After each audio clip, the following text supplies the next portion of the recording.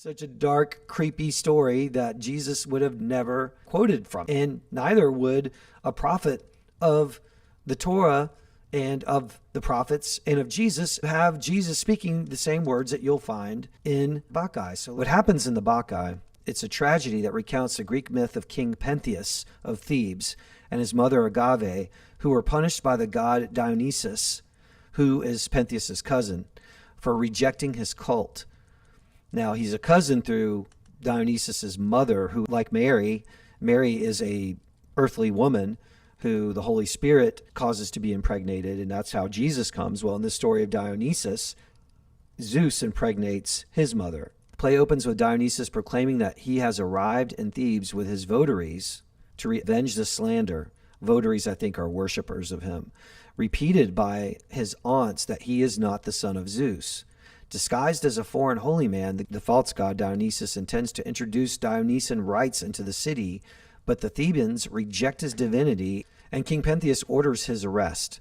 So here we have the same exact storyline that this man Paul, who is a leader, a Pharisee in the realm of the Jews, has decided that Jesus is not the Son of God and that everybody of his way must be arrested and destroyed. And this is the same exact thing that Pentheus is doing in the Bacchae. It says, eventually Dionysus drives Pentheus insane, luring him to the mountains. The play ends with the women of Thebes, driven by Dionysus' orgiastic frenzy, tearing Pentheus apart while his mother Agave bears his head on a thyrsus to her father Cadmus. Regarded as Euripides' masterpiece, the Bacchae is classified among the greatest ancient tragedies. So this story is really horrifying. It reminds me of Wicker Man or Midsommar, which was a movie in 2018 where the person that doesn't want to worship this false god is destroyed. And in this case, he's literally ripped limb from limb. In the story is very dark. It's an extremely dark story. So let's go to the initial part of Paul's story of his conversion. We know that he had sat by and watched Stephen be stoned to death in the prior chapters, and now he wants to be the one to go out and punish everyone for following the way of Jesus Christ. And coincidentally, in the story of the Bacchae, the king is saying he doesn't want anybody in his kingdom to worship Dionysus. So the story completely parallels. Chapter 9, verse 1, and Saul, yet breathing out threatenings and slaughter against the disciples of the Lord, went unto the high priest, and desired of him letters to Damascus, to the synagogues, that if he found any of this way, whether they were men or women, he might bring them bound unto Jerusalem. Verse 3, and as he journeyed, he came near Damascus, and suddenly there shined round about him a light from heaven, and he fell to the earth, heard a voice say unto him, Saul, Saul, why persecutest thou me? And he said, Who art thou, Lord? And the Lord said, I am Jesus, whom thou persecutest. It is hard for thee to kick against the pricks. So the prick, that word there comes from the Greek word, which is kentron, which is the word for goads, an iron goad for urging an oxen or horses or other beasts of burden, so to get them to keep moving. It has a figurative meaning to it too, which means to offer vain and perilous or ruinous resistance. So it means like you're kicking against this pointed thing that will hurt you because it's sharp and pointy. You can kind of see this representation of someone plowing, and the female has the goad in her hand, and in this case it looks like it's just like a little nail sticking out of the end. You can see her a little more closely there. But here's a couple from antiquity, and you can see they would have a sharp, pointy tip to them. Here we have a definition of it on gotquestions.com. What is an ox goad in the Bible? An ox goad is a wooden tool, approximately 8 feet long, fitted with an iron spike or point at one end, which was used to spur oxen as they plowed or pulled a cart. It often had an iron scraper at the non-pointed end to clear clods of earth from the plowshare when it became weighed down. Here we have Jesus quoted as saying, even though I know this didn't happen, I know that Jesus never quoted from the Bacchae by Euripides, I am Jesus whom thou persecutest, it is hard for thee to kick against the pricks. So here he is in Acts 22. He tells it 3 times. In the second telling, he's telling it to the Jews. The quote, kick against the goads, is not included.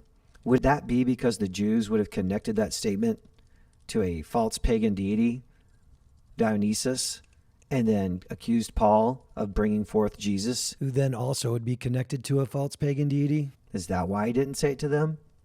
At this point, they were trying to capture him. So he begins to speak to them in the Hebrew tongue, and he gets to the point in his testimony where he's telling about his Damascus Road experience. And he says, "And I fell into the ground, heard a voice saying unto me, Saul, Saul, why persecutest thou me?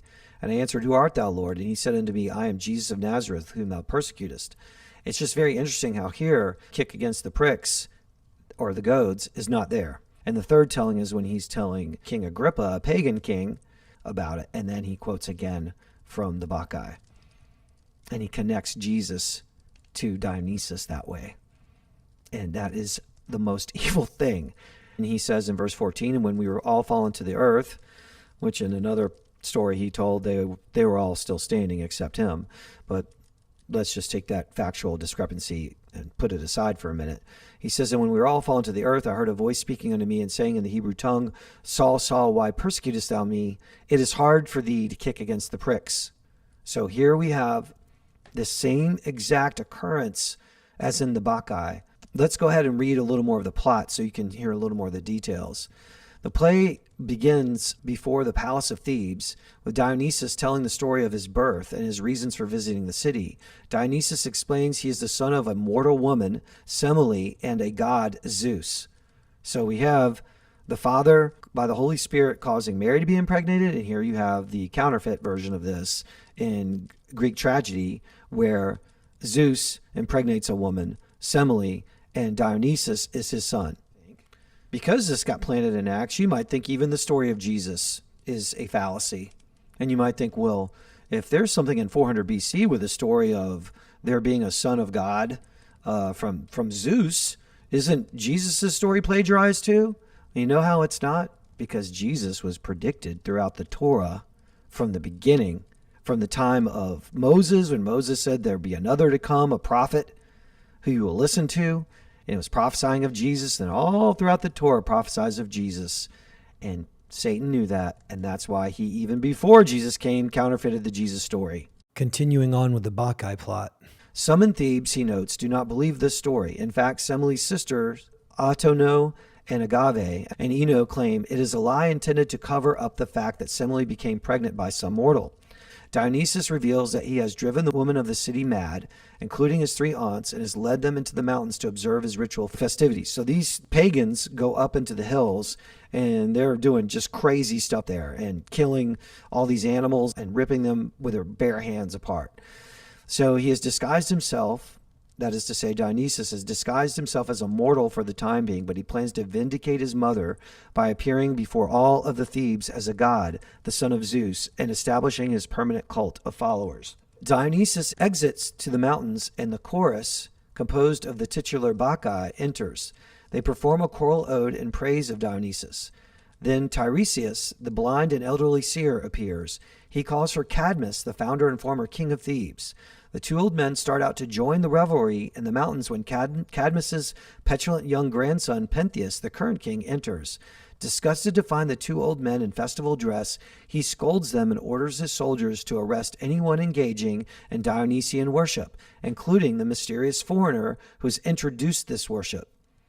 So you see, what King Pentheus is doing is to try to stop down this worship of Dionysus, and that's the same exact thing that Acts presents us and Paul's letters presents us that Paul was trying to do. Pentheus intends to have him stoned to death. So he's going to try to stone to death Dionysus, who's appearing to him in mortal form. But if you read the story, you'll see that that's not possible. He even tries to jail him, and Dionysus obviously escapes very easily. The guards soon return with Dionysus himself in tow. Pentheus questions him, both skeptical and fascinated by the Dionysian rites. Dionysus's answers are cryptic. Infuriated, Pentheus has Dionysius taken away and chained to an angry bull in the palace stable. But the god shows his power. He breaks free and razes the palace with an earthquake and fire. The book of Acts also has earthquakes in it. Dionysus and Pentheus are once again at odds when a herdman arrives from the top of Mount Cithaeron, where he had been herding his grazing cattle. He reports that he found women on the mountain behaving strangely, wandering the forest, suckling animals, twining snakes in their hair, and performing miraculous feats. So this is like a witchcraft orgy. The herdsmen and the shepherds made a plan to capture one particular celebrant, Pentheus's mother, But when they jumped out of hiding to grab her, the Bacchae become frenzied and pursue the men. The men escaped, but their cattle were not so fortunate, as the woman fell upon the animals, ripping them to shreds with their bare hands. The women carried on, plundering 2 villages that were further down the mountain, stealing bronze, iron, and even babies. When villagers attempted to fight back, the women drove them off using only their ceremonial staffs of fennel. And that's what thyrsuses are. Then they returned to the mountaintop and washed up as snakes licked them clean. This is so demonic, guys. So demonic. Why would Paul insert a quote from this story? Why does he continuously go to ancient pagan Greek storylines to actually try to convert Greeks to Jesus? But it's a false version of Jesus. He keeps them paganized, and that's why the Paulinite churches to this day are still paganized, and they are not of the Father, nor of his real Son, Jesus Christ. Going on with the summary, Dionysus, still in disguise, persuades Pentheus to forego his plan to defeat and massacre the women with an armed force. He says it would be better first to spy on them while disguised as a female Maenad. And Pentheus wants to go and destroy these women. But Dionysus, acting as a mortal man and as basically a prophet, now he's saying to him, well, go disguised up there as one of them. So dress as a woman and go up there. So dressing Pentheus in this fashion, giving him a thyrsus and fawn skins, Dionysus leads him out of the house. At this point, Pentheus seems already crazed by the god's power, the false god's power, as he thinks he sees 2 suns in the sky and believes he now has the strength to rip up mountains with his bare hands. He has also begun to see through Dionysus's mortal disguise, perceiving horns coming out of the false god's head. They exit to Citharon at that point. Then a messenger arrives to report that once the party reached Mount Citharon, Pentheus wanted to climb an evergreen tree to get a better view, and the stranger used divine power to bend down the tall tree and place the king in its highest branches. He wants to allow Pentheus to see more, so instead of Pentheus having to climb it, he just bends the top of the tree down. Then Dionysus, revealing himself, called out to his followers and pointed out the man in the tree. This drove the Maenads wild, the women wild when they saw it. And Dionysus revealed himself as himself at that point to these women, and they went crazy. Led by Agave, his mother, they forced the trapped Pentheus down from the treetop, ripped off his limbs and his head, and tore his body into pieces. This is like a horror story. After the messenger has relayed this news, Agave arrives carrying her son's bloodied head. So this is basically what happens in all pagan stories, it seems to me, that if you don't worship that false god, you will be sacrificed to that god. With the real Jesus, it's opposite. He died for us, so that we don't have to die and being sacrificed to him. And he's giving us everlasting life. All right, so going on. After the messengers relayed this news, Agave arrives carrying her son's bloodied head. In her god-maddened state, or false god-maddened state, she believes it is the head of a mountain lion. She proudly displays it to her father, thinking it's a mountain lion, Cadmus, and is confused when he does not delight in her trophy, but is horrified by it. Agave then calls out for Pentheus to come marvel at her feat and nail the head above her door so she can show it to all of Thebes. But now the madness begins to wane, and Cadmus forces her to recognize that she has destroyed her own son. As the play ends, the corpse of Pentheus is reassembled as well as is possible, and the royal family is devastated and destroyed. Agave and her sisters are sent into exile, and Dionysus decrees that Cadmus and his wife Harmonia will be turned into snakes and lead a barbarian horde to plunder the cities of Hellas. So dark. It's so dark. It's such a dark, creepy story that Jesus would have never quoted from it.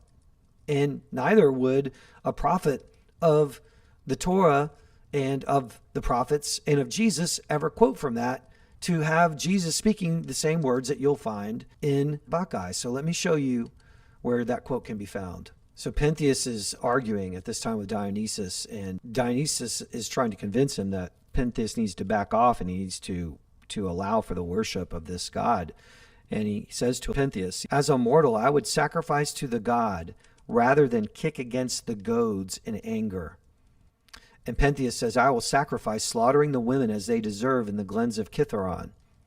And then Dionysus says, "You will all flee, and it will be a source of shame that you turn your bronze shield in flight from the Thursoi of the Bacchae."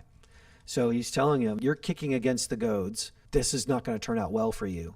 And then we can see, once again, Jesus also speaking of this, using that same expression, kick against the goads. A very, very, very wicked thing that occurred in the book of Acts and also in the writings of Paul, to cite Greek paganized satanic mythology and to connect that with Jesus Christ. It's so disgusting and it's so foul.